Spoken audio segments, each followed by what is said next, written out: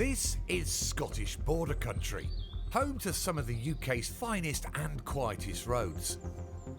Pick the right day and you can drive for miles without passing a single vehicle.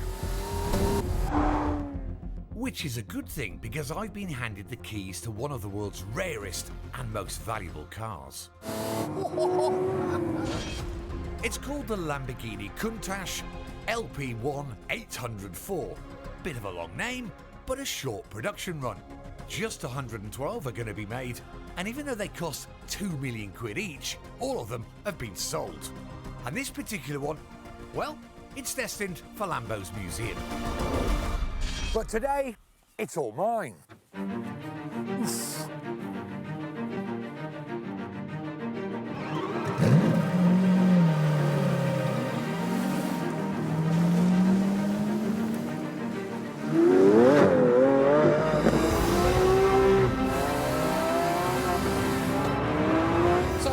Talk about this car, let's rewind a few years.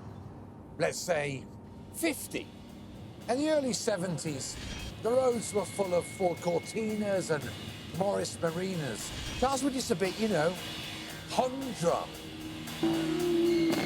But then, the Lamborghini Countach happened. It looked like nothing on earth. Every car night kid had a poster. Well, in fact, I did too. A poster on my bedroom wall until I was, 48. And woe betide anyone that thought it was fur coat, no knickers, because it would do 0 to 60 in a blistering 5.4 seconds and top out way back then at 179 miles an hour. Take my word for it, the Lamborghini Countach literally blew people's trousers off. Now let's get up to date. Lamborghini like to look forward, not back, but even they couldn't ignore the half-century celebration of such an iconic car. This then is a Countach for the 21st century. It's even got a bit of electric power, but at its heart is a thunderous V12. First impressions, the steering is really pointy, sharp, it's blisteringly quick.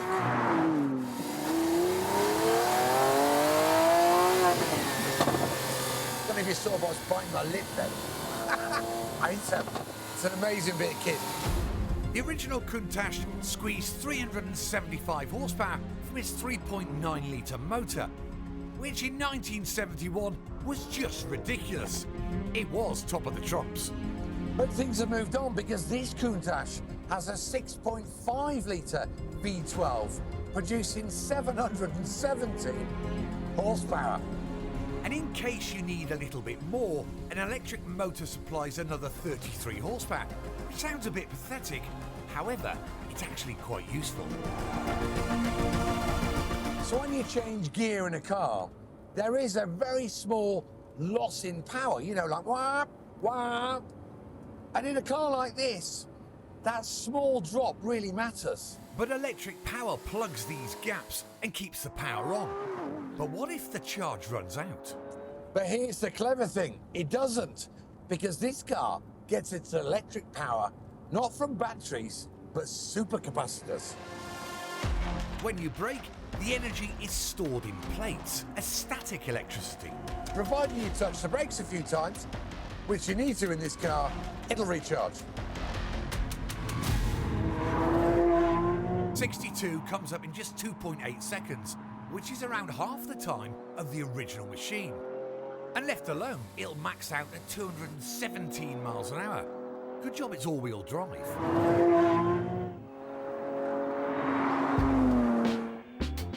So there's no question.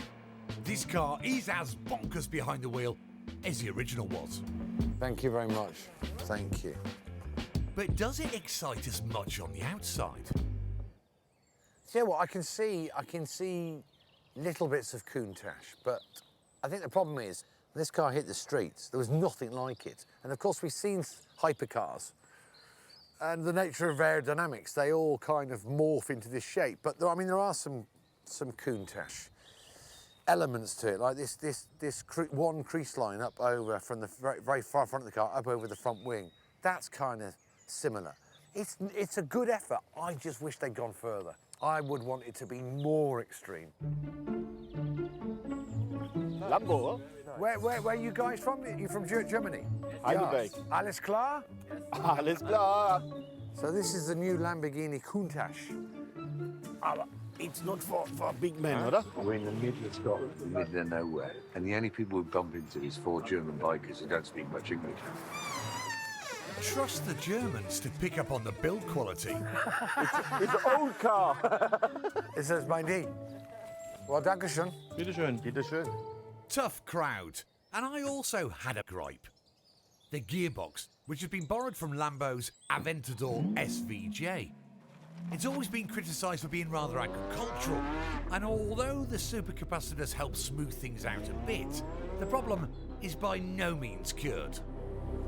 The gearbox is still lumpy. And that's not the only car Lamborghini have raided parts of. In fact, underneath this car's bespoke bodywork, it's identical to this Cyan which Vicky drove in Italy a year or so back.